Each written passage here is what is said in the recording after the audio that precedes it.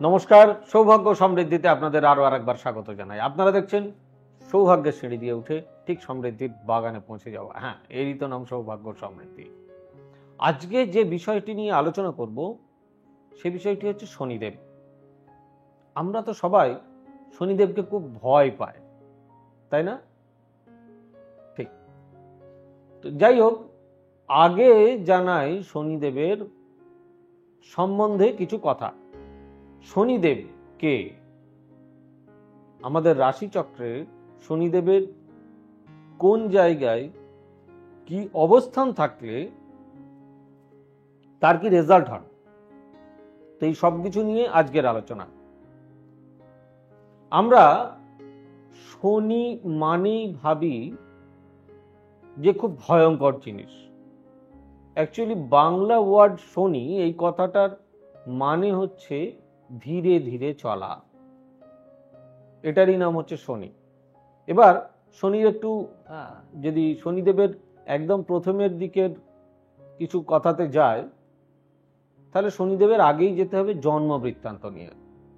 ছায়া দেবী, তিনি ছিলেন দেবাদিদেবের ভক্ত, এবং ছায়াদেবী হচ্ছেন শনিদেবের মা, অর্থাৎ সূর্যদেবের পত্নী, মানে সূর্যের পুত্রের নাম হচ্ছে শনি। তো যাই হোক, যখন এই শনিদেবের জন্ম হলো তখন তার গায়ের রং কালো হলো, এবং এই কালো হওয়ার জন্য ছায়াদেবী সন্দেহ করলেন যে এ কি আমারই সন্তান। অ্যাকচুয়ালি সূর্যের প্রচন্ড তেজ, সেই তেজের পাশে ছায়াদেবী থাকতেন, যার জন্য তার গায়ের রঙও কালো হয়েছিল, এবং এতে শনিদেব খুব অসন্তুষ্ট হয়েছিলেন। আপনারা নিশ্চয়ই শুনেছেন শনির বক্রী। বক্রী মানে বাঁকা। আমরা যদি এইভাবে তাকাই, ঘুরে তাকাই কারোর দিকে, তাহলে সেটা বাঁকা দৃষ্টি বলে। এখন এই বাঁকা দৃষ্টিতে, মানে যখন প্রথম সে তার পিতার দিকে তাকালেন, কারণ পিতার প্রতি সে অসন্তুষ্ট হয়েছিলেন, কারণ তার সন্তান কিনা সেটা সবাই সন্দেহ করছিলেন। তো সেই ক্ষেত্রে যখন প্রথম সূর্যের দিকে তাকান, তখন সূর্যগ্রহণ লেগে যায়। তার মানে শনিদেবের প্রভাব কত দূর, বুঝতে পেরেছেন? অর্থাৎ এই জায়গা থেকে শুরু হলো তার হিস্ট্রি। অর্থাৎ তিনিও ছিলেন ভীষণ দেবাদিদেবের ভক্ত। শনিদেব মিথ্যে কথা সহ্য করতে পারেন না। কতগুলো জিনিস প্লিজ কোট করছি, একটু মাথায় রাখবেন।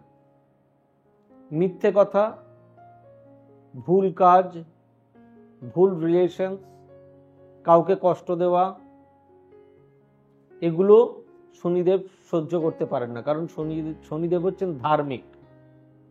ধরুন কারুর শনি 7.5 আসে, 7.5 ইজ আ লং টার্ম, 7.5 বছর।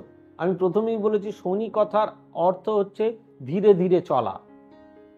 এই 7.5 বছর একটা মানুষের জীবনে অনেক কিছু ক্ষতি আসতে পারে যদি সে তার এই ধরনের কাজগুলো করে। কি ধরনের কাজ? যদি সে পাপ কাজ করে, যদি সে ভুল রিলেশনে জড়িয়ে পড়ে, সে যদি মদ্যপ হয়, সে যদি ভুলভাল নেশা করে, সে যদি কারোর সঙ্গে খারাপ ব্যবহার করে, কাউকে যদি কষ্ট দেয়, তাহলে শনিদেব সেগুলো সহ্য করেন না, তার পানিশমেন্ট দেন। আবার এগুলো থেকে রিকভার করার রাস্তা, এগুলো থেকে যদি রিকভারি পেতে হয় তাহলে কি করতে হবে? এগুলো থেকে যদি রিকভারি পেতে হয় তাহলে আপনাকে গরিব মানুষকে দান করতে হবে, অন্তর থেকে। কাউকে খাবার দান করলেন, কোনো পশুকে খাবার দিলেন, সমাজের কিছু ভালো করলেন, কোনো হিত কাজে লাগলেন, এগুলো শনিদেব খুব ভালো চোখে নেন। একবার একটা ঘটনা আপনাদের বলি,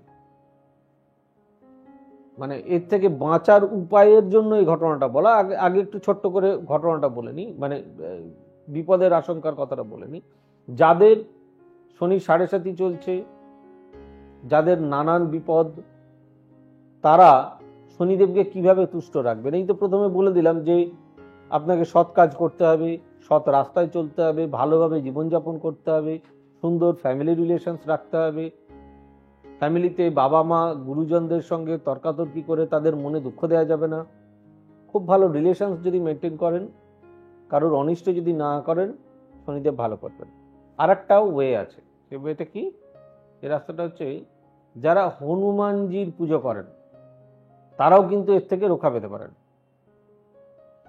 কিভাবে, এই বিষয়ে এই ঘটনাটা বলতেই হয়। সেটা হচ্ছে একবার শনিদেবকে অ্যারেস্ট করে, অর্থাৎ রুদ্ধ করে নিয়ে গিয়ে জেলে ভরে দেওয়া হয়েছিল, সেটা হচ্ছে লঙ্কায়। এগুলো সব পুরাণের কথা আমি আপনাদেরকে বলছি, ধর্মগ্রন্থ থেকে যা পাওয়া যায়। সেখানে স্বয়ং হনুমানজি তাকে গিয়ে সেই কারাগার থেকে উদ্ধার করেন এবং তাতে করে শনিদেব খুব প্রসন্ন হন। প্রসন্ন হওয়ার পর বলেন, যারা নিষ্ঠা ভরে আপনার পুজো করবেন আমি তাদের কখনো কোনো ক্ষতি করব না, তাদের ভালো হবে। তাতে হনুমানজিও খুব তুষ্ট হন। তো ন্যাচারালি এই হচ্ছে শনিদেবের সমস্ত ধরনের কথা। এবং যাদের শনি জন্মছকে লগ্নের ষষ্ঠ, অষ্টম বা দ্বাদশে আছেন, অর্থাৎ খুব একটা ভালো জায়গায় নেই, তারা যদি এই ধরনের জিনিসগুলো মেনে চলেন বা প্রতি শনিবার তাদের জন্য নিরামিষ খাওয়া খুব মাস্ট, মানে ভীষণ, শনিবার মঙ্গলবার যদি করতে পারেন আপনারা, এতে আপনাদের সুফল আসবে। আপনারা গুড রেজাল্ট, গুড লাকগুলো আপনারা অর্জন করবেন, ব্যাড লাকগুলো অটোমেটিক্যালি সরে যাবে। আর কি হবে, এটার সঙ্গে সঙ্গে যদি তিলের তেলের প্রদীপ জ্বালাতে পারেন, তিলের তেল, এবং শনিবার দিনকে নয় কালো ড্রেস বা সাদা ড্রেসে যদি আপনারা শনি মন্দিরে গিয়ে পুজো দিতে পারেন, তাহলেও সেক্ষেত্রে অনেক বেশি লাভবান হবেন। আপনার বাড়ির কাছাকাছি যদি কোনো শনি মন্দির না থাকে, এটুকুও মনে রাখতে হবে শনিদেব মায়েরও ভক্ত, অর্থাৎ মা কালীর আশীর্বাদ ধন্যা, যার জন্য দেখবেন অনেক জায়গায় তাদের দুজনের মূর্তি পাশাপাশি থাকে। তো সেক্ষেত্রে তার আরাধনা করলেও আপনারা বেশ কিছু বিপদ থেকে বাঁচতে পারেন। এই ছিল আজকে শনিদেবের কথা। যদি আপনাদের এই এপিসোডটি ভালো লেগে থাকে তাহলে প্লিজ একটি লাইক করবেন, এটা শেয়ার করে দেবেন অনেকের কাছে, অনেকে এই তথ্যটা জানুন, এবং অতি অবশ্যই আমাদের চ্যানেলটা সাবস্ক্রাইব করবেন। আর আমাদের অফিসিয়াল ওয়েবসাইট www.astrosabbosati তে ভিজিট করবেন। আর আমাদের বুকিং নাম্বার is a 9734454545 8335012267 9830240199 98306733 9830092045 লক্ষ্য রাখবেন। আপনারা সবাই খুব ভালো থাকবেন, সুস্থ থাকবেন। পরবর্তী সময়ে আরো নতুন কিছু এপিসোড নিয়ে আপনাদের সামনে হাজির হব। আজ এই পর্যন্তই। খুব ভালো থাকুন, সুস্থ থাকুন। God bless you. Bye bye, নমস্কার। এবার থেকে সব্যসাচী ব্যানার্জিকে পাওয়া আরো সহজ। আপনারা অনলাইন বুকিং করতে পারেন একটা সুন্দর নাম্বার দিয়ে, 9734454545।